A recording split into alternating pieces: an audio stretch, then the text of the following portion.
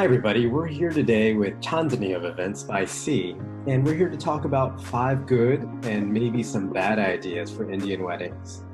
Chandani is here as part of our series talking about Indian weddings because she's planned hundreds of weddings, and we thought we'd share some of her amazing tips that she's learned over the years. So we're going to go ahead and get through 5 good and bad ideas for Indian weddings that we'll talk about today. So the first thing, Chandani, welcome aboard. Thanks for joining us. Thank you so much for having me. Yeah, I wanted to just dive right in and talk about the dress. Absolutely. The dress is such an important part of an Indian wedding, but there's probably some special nuances that you've experienced over the years about what tips you might have for how brides should handle the dress. There's multiple pieces, it's very heavy, there's different elements based on cultures. What's a tip or two that brides should consider about dresses? Absolutely. So I think the very first tip that I would have for brides is really in picking the dress, even just to make sure that it's something that's true to their style.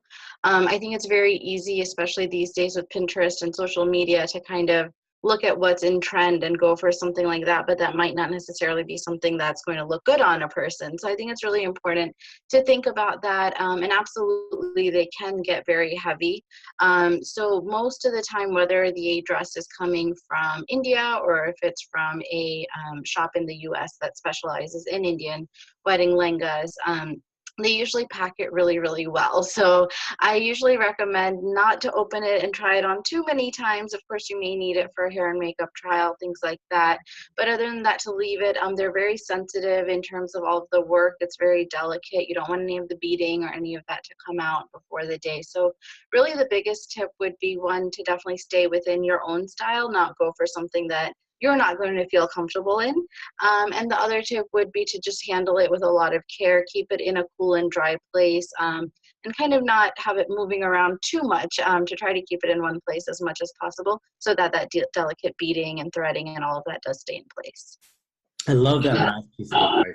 Not try it on too many times just because there's beads that'll come out. There probably should be a warning on it that says, please don't try on more than 5 times. Yeah.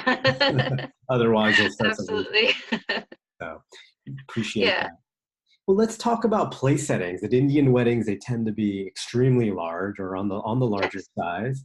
What are some tips you might have about how an Indian bride might handle those larger weddings and specifically avoiding confusion so the guests can figure out where they need to go?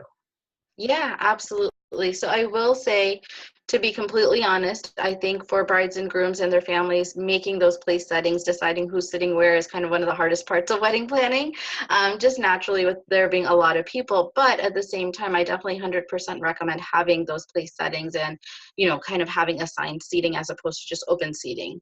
In terms of making it less confusing for the guests and making sure that they can easily get to where they need to go, I always recommend that when we're setting up the cards that we have them in alphabetical order.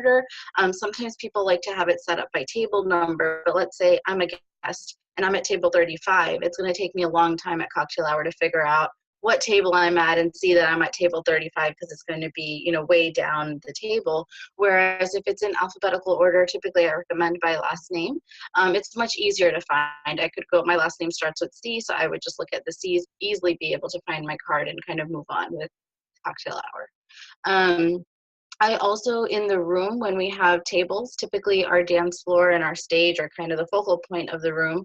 And then we have tables on the left and the right side. I always recommend doing the table numbers in odds and evens instead of just going all the way across with 1, 2, 3, 4. So that makes it much easier for guests to find their tables when they're actually walking into the reception room. And it makes it easier for us as a planner as well, to help direct the guests that, okay, your table 16, you're on the even side, so you're on this side of the room. So yeah, I think that definitely helps avoid confusion. Sometimes we have guests that have, the same last name and many people with the same last name. So we always recommend putting the full name and even putting couples together on one card, because then of course it's very obvious who the card is for. That's a great piece of advice. There might be 50 Guptas at the Gupta wedding. And exactly. start to add up. So thanks. Right. Yeah. Let's talk about some treats. What are some tips that you might have that brides might consider giving out at their weddings as a treat or a special touch? Yeah, absolutely. So this is kind of, I feel like this is the part where brides and grooms really get to have fun and make the wedding a little bit more personalized to them, because they can really include whatever they really like here. So we do see flip-flops a lot. I will say sometimes people order too many of the treats. I would say that something to keep in mind is, of course, you don't want to waste your money. At the same time, you do want to have this cool thing for your guests, but to kind of think about that only a small percentage of them for something like flip-flops may take advantage. We've seen a lot of flip-flops ended up, getting wasted at the end of the night because they don't end up getting used. Also, I think people are less likely to use something like flip-flops, for an indoor wedding in a hotel, whereas they're more likely to use it for like an outdoor tent kind of wedding. But yeah, I think these treats are definitely great, whatever it is. I think the key really here is to make it something personal. If the couple has like a favorite TV show or movie and or a sports team, to incorporate that into whatever treat they're giving out, whether it's like in the labeling of it or whether it's something like kind of cute from that movie or TV show that they're giving out. And I know people really enjoy edible treats as well, and that's something that I've seen be really popular. I think it's much better to give out, let's say, maybe a small box of macarons rather than doing like something that's going to sit in a corner like a shot glass or something like that that people don't really end up using as much. Yeah, I think that's really great advice. Just thinking about something simple and edible that adds a Hmm. bit of flavor. We've seen at Wedding Favors Unlimited a number of people get stickers or how this macaron or this brownie treat reminds them of their favorite show or their Right. superhero. And so it kind of adds a little bit of a personal touch rather than the normal humdrum of a typical wedding. And Absolutely. and I think you have great advice around maybe one rule of thumb you could tell a bride is, okay, think about how many flip flops you think you need and Hmm. divide it in half. Right. You're probably going to overbuy. And we tend to see that a lot at weddings as well. Exactly, exactly. And I mean, even, with the favors that you have, I think there's a great deal of personalization and just different things that people can get. It doesn't have to be just a standard. It's just something that, a lot of people, even I'm sure I have stuff that's just like sitting in a corner somewhere.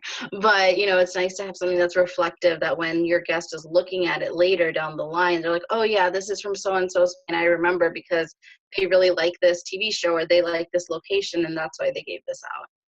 That's great. Let's talk about the mandap, front and center, a super important part of every Indian wedding or most Indian weddings, depending Yeah. on where you're from and your family's from. Do you have a tip that bride should consider when thinking about their mandap?